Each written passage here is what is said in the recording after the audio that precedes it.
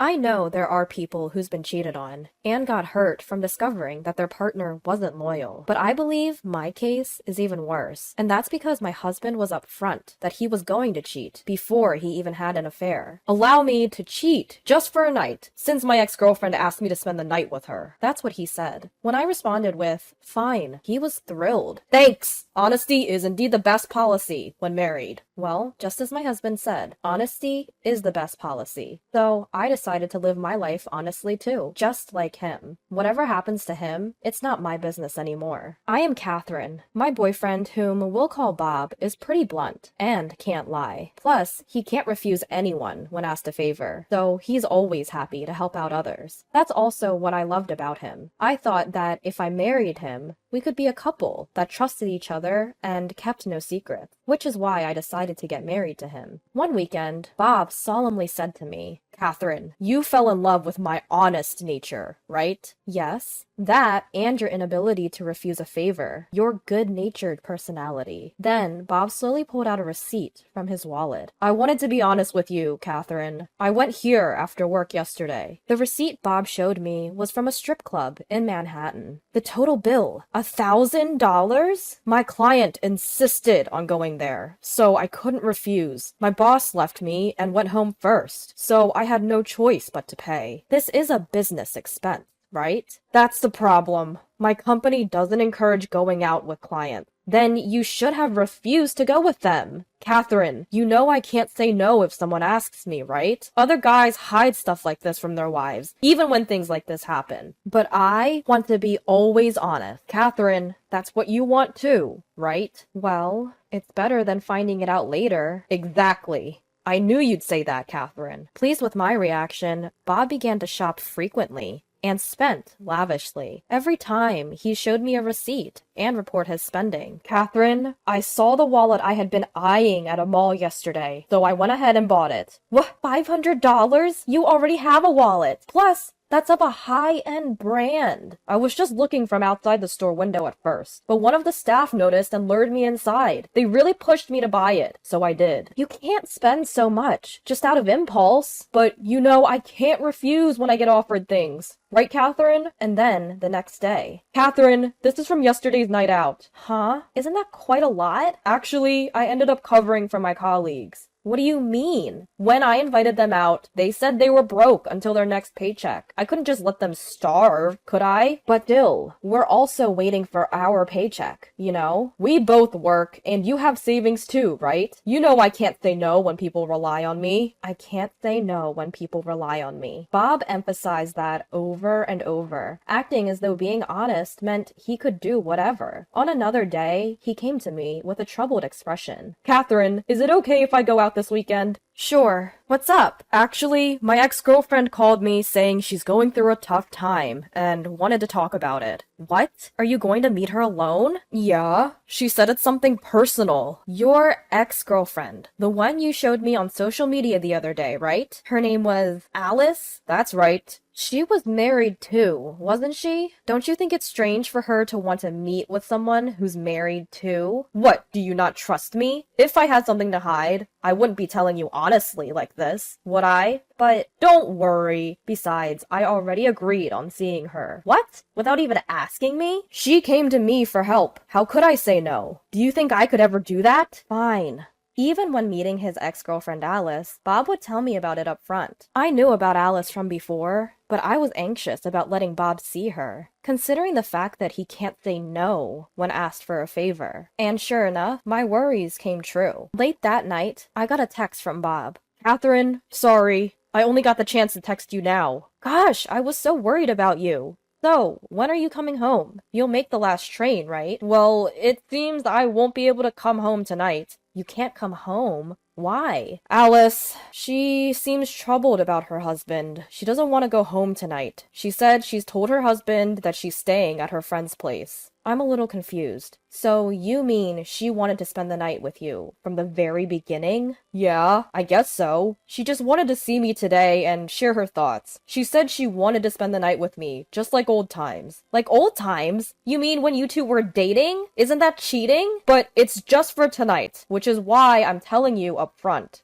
Huh? Whether it's just for a night or not, that's still cheating. But isn't it better than me being sneaky about it? I'm only saying it to you because I am sincere, Catherine. How dare you? She said I was the only one that could help her. When asked like that, I can't say no. You understand that, right? Please, just forgive me this one time. Bob was asking me to accept his cheating. How insensitive of him. As I was at a loss for words, I heard a female voice from the other end of the line that sounded like Alice. Hey, Bob, can you end the call already? Catherine, hold on for a bit, Bob hastily said to me, then started talking to Alice. He must have been in such a hurry that he forgot to put himself on mute. I could clearly hear the conversation between Bob and Alice. Bob, can you really convince your wife? Yeah, just give me another second. She knows that I can't turn down people when asked for help, and that's what she loves about me. So as long as I'm upfront about things, she'll let anything slide. She's an idiot. Really? Gosh. She's pretty dumb, huh? Right? Once I get her approval, I can do anything I want. I can meet you as much as I want, as long as I tell her beforehand. I made a wise choice of picking a dumb woman, so I can be open with my affairs. You have to thank me, you know? Bob,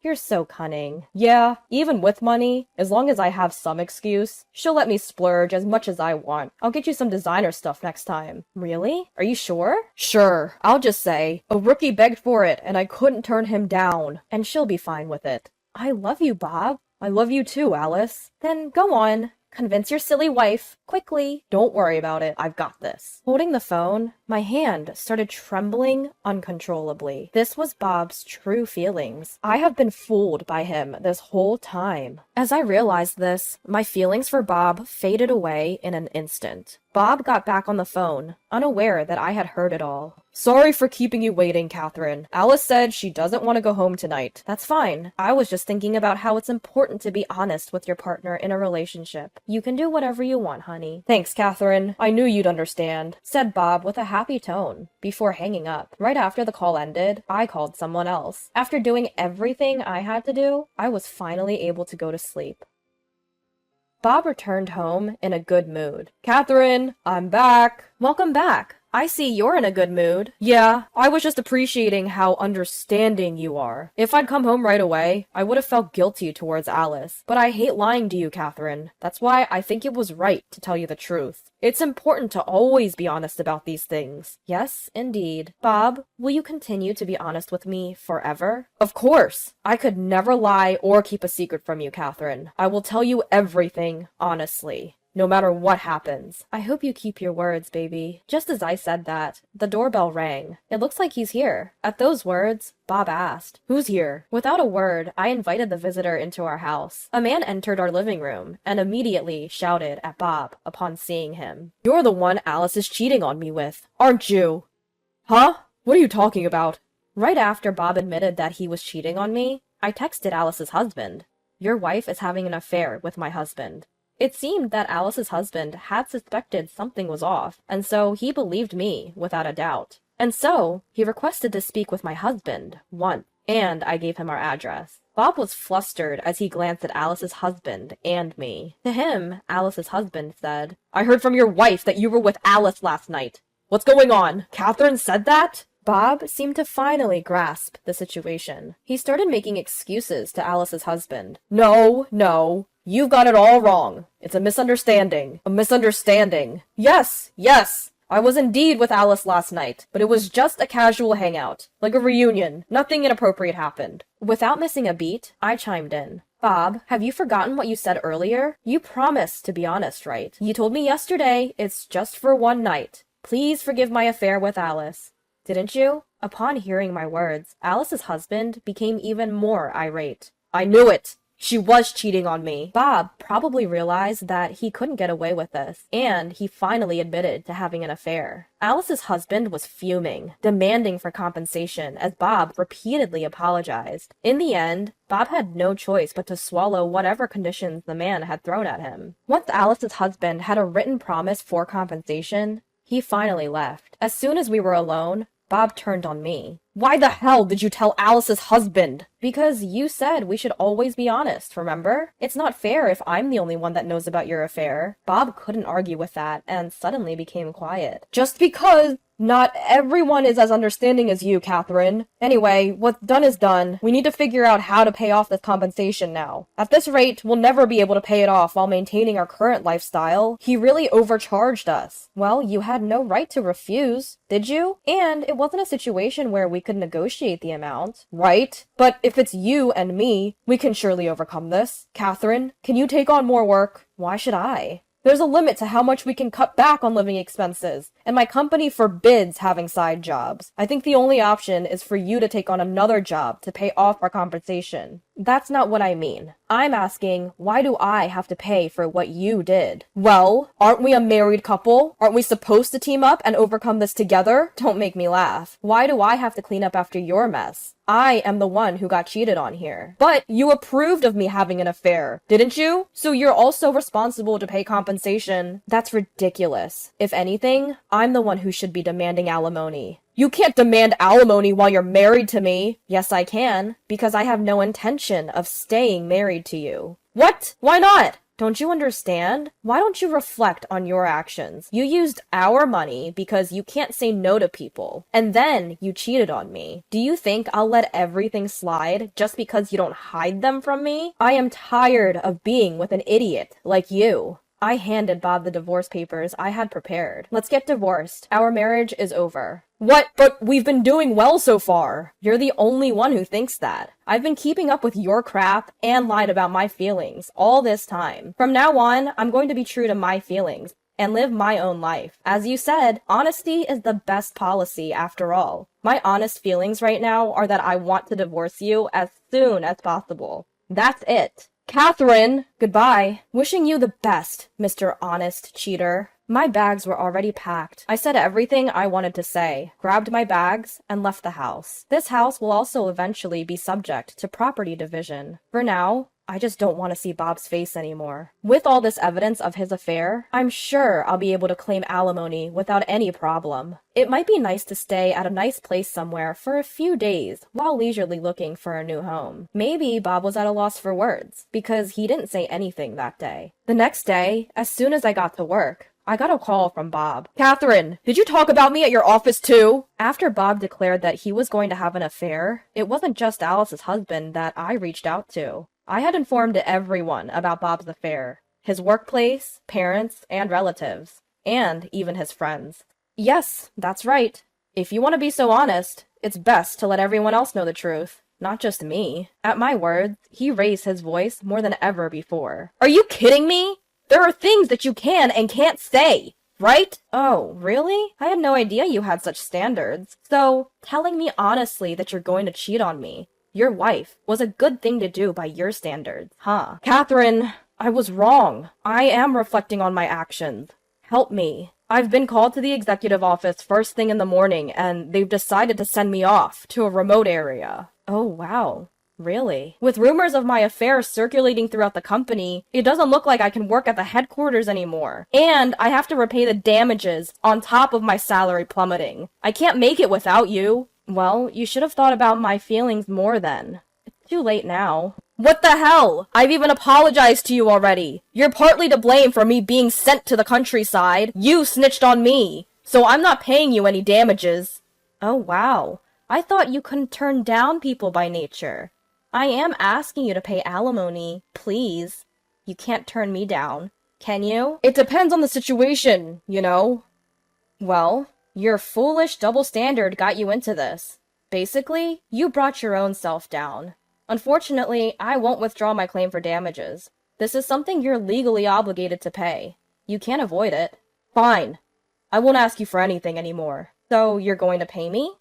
We're splitting our savings in half for property settlement. So don't touch my share. I get it.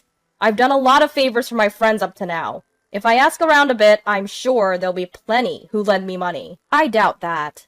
You cheated on me. Do you really think your friends would want to lend you money to pay for alimony? I'm not going to go into that much detail. I'm just going to tell them that I need to borrow money because I'm in a tight spot. Even if you don't mention it, everyone already knows.